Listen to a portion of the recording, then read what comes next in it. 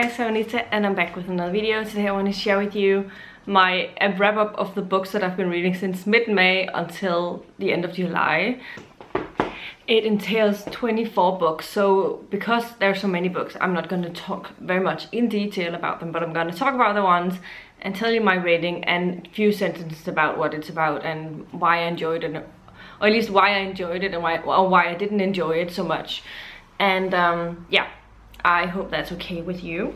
So first up, the first book I want to talk about today is The Kiss Quotient by Helen Hoang. This is a very popular romance novel. It follows a pair. We obviously have dual perspectives, and it's a sort of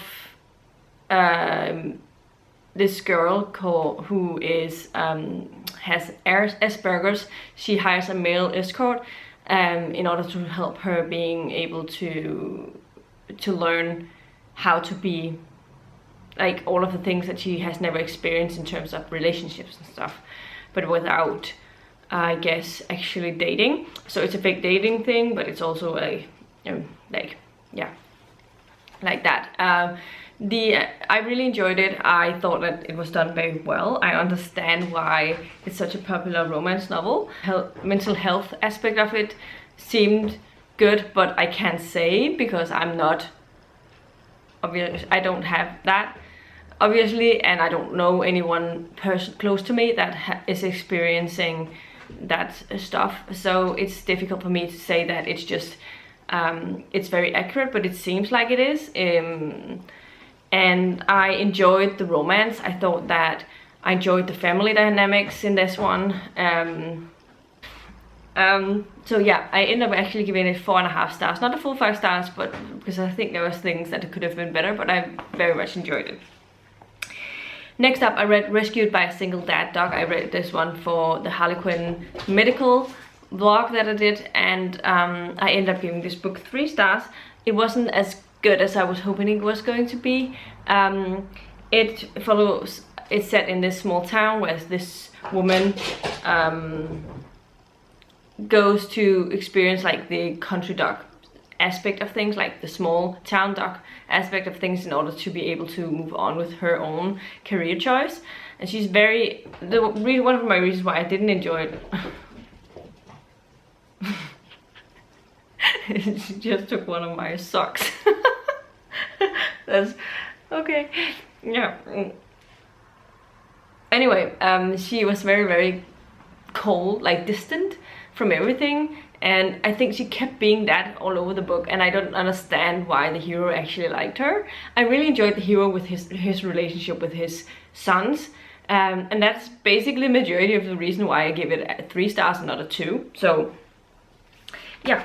Then I read The Greek Doctor's New Year Baby, the last one I read for that vlog. I will leave a link to it up here so that you can see it if I haven't already done that. And this one follows this woman who is a she's what do you call it? Midwife, works in maternity ward, and there's a new doctor coming in, and he is very adamant about not having any kids because of things that he experienced, but he falls in love with this woman who really wants kids, but then she doesn't know really how, but then she decides she wants to be with him more, kind of thing, and then obviously suddenly she becomes pregnant without, even though they were careful and stuff. So yeah, but I liked it quite a lot, so I ended up giving it 4 out of 5 stars. Yeah. Next up, I read Shades of Milk and Honey by Marion Robinette Kowall. I was really looking forward to reading this because it's Marion Robinette Kowall. I really previously enjoyed her books a lot, like the Lady Astronaut books, and I had really good high hopes. I have heard that the first one in the series is the weakest one, so I still think that I want to read on, but I gave this one 3 out of 5 stars. It just wasn't exactly what I was hoping for.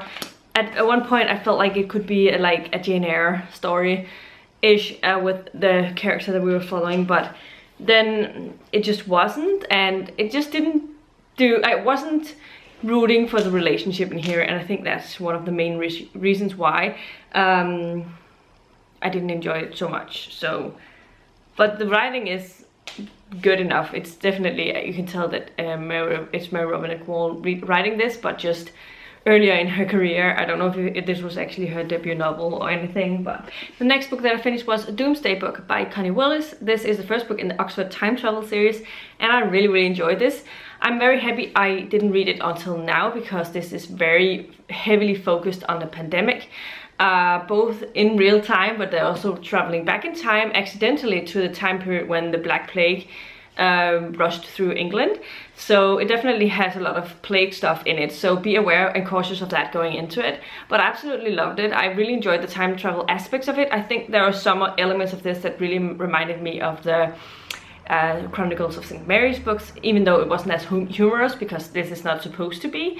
I still really enjoyed it. I like the perspective we got, both from back in time but also present time when this was written, and how they were dealing with the illnesses that happened across the country. And I'm really looking forward to reading on in this one. I gave it 5 out of 5 stars. Then I read Wild Magic by Tamora Pierce, the first book in the, I forgot the series title, The Immortals maybe. I forgot a lot about what happened in this one actually, but I enjoyed it. It was kind of in the same vein as the Alana books, so I enjoyed it quite a lot. I gave it 4 out of 5 stars, and will definitely continue. Then I read Veda Nostra, which was the only thing that I managed to finish for Translate-a-thon when I was participating in that, which is a readathon that is hosted by Rake from the Book Finch. I'll leave a link to their channel down below. This one was curious. I was thinking along the way that it could end up being a 5 stars. It had the vibe that I really enjoy from these dark academia type stuff. Like, it reminded me in tone and style a little bit of, what is it called? One of my favorite reads of like a couple of years ago. Not that that was dark academia, but like the weirdness of it. What was it called? Yeah, The Library of Mount Char. That's what I was thinking of, by Scott Hawkins. I just completely forgot the name of that title, but it had some vibes in there that I really enjoyed. Like the thing that you're thrown into this, you didn't know anything about anything, and you're sort of trying to scramble along and figure out what was going on. But then there was this dark academia type thing to it as well, like the magical part of it, and there was a Russian or not Russian, but like East European folklore thing happening, like added to it in a way. I don't know if it was folklore, but just like there was this influence in there that I really enjoyed. But I ended up giving it 4 out of 5 stars because there were still a little things that I wanted more from. Like the characters weren't my favorite or anything, so I ended up giving it 4 out of 5 stars, but I definitely appreciated it. The last thing that I read in May, so we're ending of May now, was Untamed by Victoria Green and someone else that I didn't write down. But this is apparently, I don't know what I expected, but I've come so used to being a book, the romance books that I read, the story is over by the end of the book. Like, you have this happily ever after thing happening by the end of the book.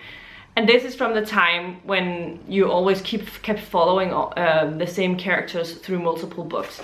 And I didn't realize that. So I was reading this and I was like, oh no, this is the type of...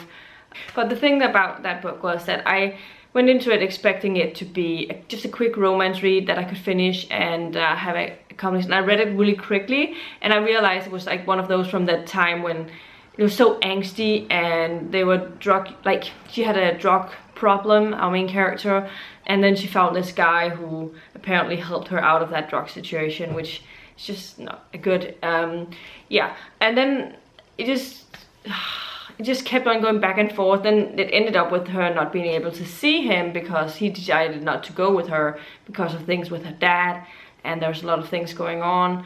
And I ended up giving it a 2 out of 5 stars, I think, which I don't even think is generous, but I think because I ended up finishing it, I decided 2 is okay.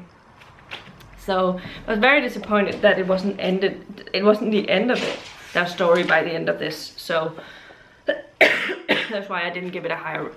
I was very disappointed. I wanted to throw my Kindle across the room. So Anyway, the first thing I finished in June was a Red, White and Royal Blue by Casey McQuiston, which is a very popular romance between one of them's mom is running for president in the US, and the other one is a prince in line for the throne in England, and their romance, hate to lover kind of thing. But yeah, I really enjoyed it. I definitely understand the hype surrounding this one. It was very, very good.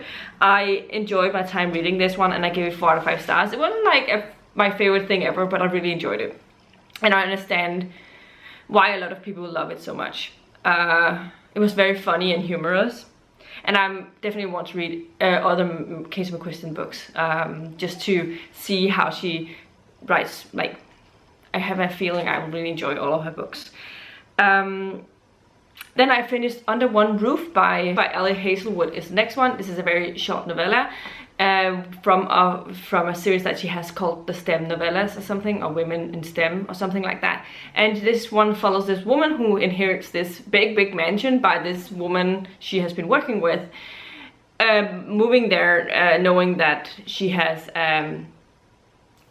there's one who lives there who was the woman she inherited from grandson, and he's very adamant about keeping it, and she I mean, so he wants to buy it from her, but she's like, she needs a place to stay and she wants to experience living there at least for some time. And then so there's forced proximity thing happening here, as well as the hates to lovers thing happening. And then once again she has sort of demisexual representation happening in this one, and I really enjoyed it. I think if it had been a full-length novel I would have given it 5 out of 5 stars, but I really enjoyed it. I gave it 4 out of 5 stars. So yeah, definitely want to read on all of her other short novellas. I really thought the character dynamics in here worked excellently. I love these enemies to lovers things going on. I just think there's a lot of fun. And the next thing that I finished was Desperate Duchesses, which is the first book I finished for the historical romance thing that I did, where I was reading all of historical romance for a while. I haven't read a historical romance since then, but I am getting ready around to pick one up again. But this is by Eloisa James, and this is the first in her Desperate Duchesses series, and this one just didn't work as much for me as other historical romances that I've read, especially in this specific vlog. But I gave it 3 out of 5 stars. There are elements of it I enjoyed, but it was a little bit confusing for me because it followed multiple point of views, not just the 2, but more than that, and I couldn't really figure out what was going on there. But more about my thoughts in that vlog if you're interested. I also read The Dutchess Deal by Tessa. This was another 3 stars. I get why this is she's a very popular author. I loved her writing style, of the humor she had in this. I just wasn't sold on the romance in here, but I am very eager to pick up more books from her. So yeah, definitely a success. And then I read the next thing I read was The Madness of Lord Ian MacKenzie by Jennifer Ashley. This is the first book in the MacKenzie and McBride series, and this one follows this male character he's like on the autistic spectrum, but that back then you didn't have a name for it. And then we're following this woman who is a widower and their romance, and I really enjoyed it. I was super into the majority of this. The romance itself was so well done. I don't know why, I don't remember why I gave it 4 out of 5 stars and not more, but I enjoyed it and I will continue, and I gave it 4 out of 5 stars. Then I finished my favorite book of this vlog was 9 Rules to Break When Romancing a Rake by Sarah MacLean. I gave this one 4.5 stars. It was just so much fun. She had this list of things that she wanted to do. There was this spinster girl and she wanted to experience a lot of things, knowing that she would probably never be picked up for marriage or anything, but she still wants to experience some of the things that you get to do, and she didn't want to just hide away as this presentable lady and kind of thing. And it just turned out to be a really fun love story, and I really enjoyed it. I will read all of Sarah MacLean's books now. Gave it 4.5 stars. Finally, I read A Reckless Match, also for this vlog, which is the first book in a series. I've forgotten the name of the series, but it's by Kate Bateman, and I really enjoyed this one as well. I gave it 4 out of 5 stars. It was an enemies to lovers kind of thing happening, and I mostly always enjoy that, so very happy about that as well. I said that it was the last one, but actually the last one I finished for that was another physical book that I read, and that was A Flapper's Baby Scandal by Laurie Robinson. This is the second book in the Sisters of the Roaring Twenties series. I read the first book in this one for my Harley Quinn historical vlog, but this one follows the oldest sister. She seems to be the one who's the responsible one, but then she has this fling with this guy who she met at like a second chance romance kind of thing. She met him before and had a kiss with him many years before, and yeah, but then they had this fling, and she accidentally ended up being pregnant, obviously because it says in the title. And then she decides she wants to go through with a marriage with someone else that her father has set up for her. Yeah, because she didn't want to sort of hold him back like the guy, but she had to get married right away because she didn't want to be known as the one who was had a baby out of wedlock kind of thing. So yeah, but then obviously it's a romance. I gave 4 out of 5 stars. I really enjoy Robinson's writing, but I didn't enjoy this one as much as the first one. It also has some mystery going on in it, which I really thought was a lot of fun. Next thing I read was the Ex Hex.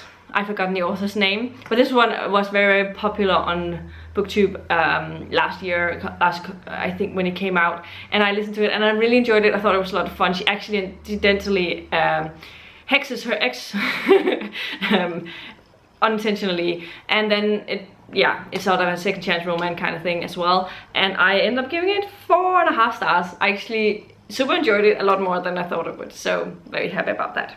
Okay, it's a couple of hours later. Just wanted to mention that, so if anything seems different, that's why. And the next book that I finished in June was A Pinch of Magic by Melissa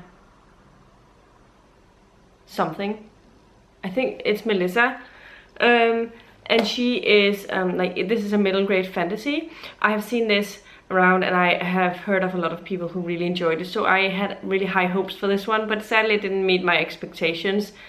It just didn't wow me in any way. It didn't capture me in the way that middle grade often does. So I ended up giving it a 3 out of 5 stars, but it wasn't bad or anything. It just wasn't what I expected, I guess. The last book that I finished in June was Hairspray and Homicide by Cindy Bell, I believe. I was trying out some Kindle books this month, and this is the only one I ended up finishing. The other 2 I DNF'd, so yeah, just an update on that. But this one wasn't super great either. It was a very quick read, and that's why I continued through with it. I think I read this in a couple of sittings. It was under 200 pages.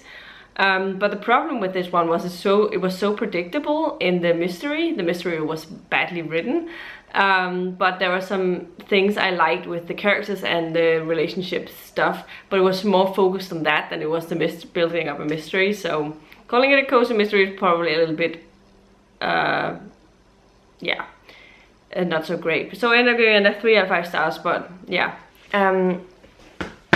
In July I only ended up finishing 5 books. The first one I finished was Dating Dr. Dill by Nisha Sharma. This is following a woman who is in her late 20s and she lost her mother some years ago. She's still sort of grieving that, and her father is now wanting to sell the childhood home, a place that her mother absolutely loved, and she's devastated, and she tells him she wants to buy it from him, but she doesn't have the funds to do it now because he can sell it a lot. Like, he can, it's a lot more worth than whatever she has at this present time.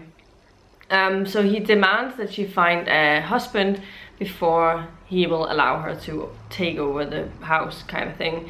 And then we have Dr. Dill, who is this talk show thing, has this, like, no, not a talk show, but this thing on YouTube, I believe, I remember it's like that, or something like that. It's definitely something like that, and they have a public fight online, but they also have a meeting before, and so the second meeting is a very bad one for her. She has this idea that whoever she finds will be the ideal match, and she will fall in love with him, and but Dr. Dill, he doesn't believe in marriage and stuff.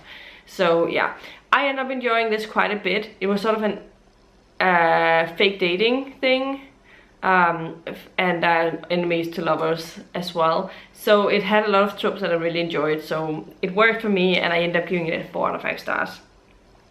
The next thing that I finished was Brooklynaire by Sarina Bowen. This is the first book in the sports romance thing with a hockey team. We have following this man. The man is the owner of this hockey team, so essentially her boss, and she is also like part of the team. I believe I don't know if she was a player and she has an injury from that. She might have, and she has a head injury, and he asks her. They are sort of friends, and she like an assistant to him as well in ways. Like they've known each other for such a long time, and he invites her home to him. So while she has this injury, so he can take care of her in a way and make sure that she gets the help that she needs and stuff. But obviously they both have some sort of attraction towards each other. They've just never done anything about it because they don't know what the other one is thinking, and they don't want to ruin anything and all of that. So this is a friends to lovers plot, and I absolutely love this. I adored the relationship between the two characters, especially. And I don't often read friends to lovers. I don't always think it works, but in this way it really did. I think that it worked very well for me. I ended up giving it a 5 out of 5 stars, so I was very happy with it. So this was definitely one of the big hits from the past months. The next thing I finished was Bone Witch by Rin Chupeco, the first book in the it's called something about necromancer series. We're following this woman who is a necromancer. It actually reminded me a tiny bit of the Danish fantasy series Rosenholm trilogy, where we're following this specific different on this school with these different type of magic users. But I think also the Rosenholm trilogy is a lot better handled, but it has some elements that I really enjoyed. It was a dark tone to it, and I was enjoying it overall. I think I ended up giving it a 3 out of 5 stars totally, but I am also not in a place where I seem to enjoy YA fantasies very much anymore, but I do think it was very interesting. Yeah, it was fine. The next thing I finished was Love Match by Kira Andrews. This is sports romance. It's very short. It's an romance following these two tennis players who they play doubles together, and they get a fling, but they're both struggling with their own single careers as well on top of that, and then they're struggling with when is the right time to come out to the public about this, that they're gay and that they're a couple and all of that, and one of them wants to do it before the other. And yeah, I didn't enjoy this one, and my main reason for that is that I think it focused way too much on the sex scenes. Like every other page, it seems like they were going at it again, without very much room for creating any real plot, and deepening the characters and making me feel for the characters in any way. And so I never really ended up enjoying this one, also because it was so short, so it didn't help at all. So I ended up giving this book 2 out of 5 stars. So yeah. And the last and final thing that I finished over July was Italian's Final Redemption by Jackie Ascendant. This is a standalone kind of thing. It follows this woman who is the daughter of this criminal master thing, and she is trying to escape her sort of imprisonment with her father to seeking help from our main guy, who was also from a family that was in the criminal field kind of thing, but he has sort of come out of that, and he is trying to resolve everything and put everyone to jail who did something wrong. And when she gets there, he immediately wants to put her to jail because he knows who she is and what she's been doing, because she has been helping him out with all of the technical stuff. She's able to hack into a lot of systems and do a lot of embezzlement of money and stuff. But she asked him that she doesn't care that she goes to jail as long as he just gives her like a month of a couple of weeks, I don't remember, outside of like experiencing freedom and letting her be able to enjoy herself for just those weeks, and then he will get all of her information to put down her dad, in terms of like take down her dad, and yeah, and then she doesn't care that she goes to jail.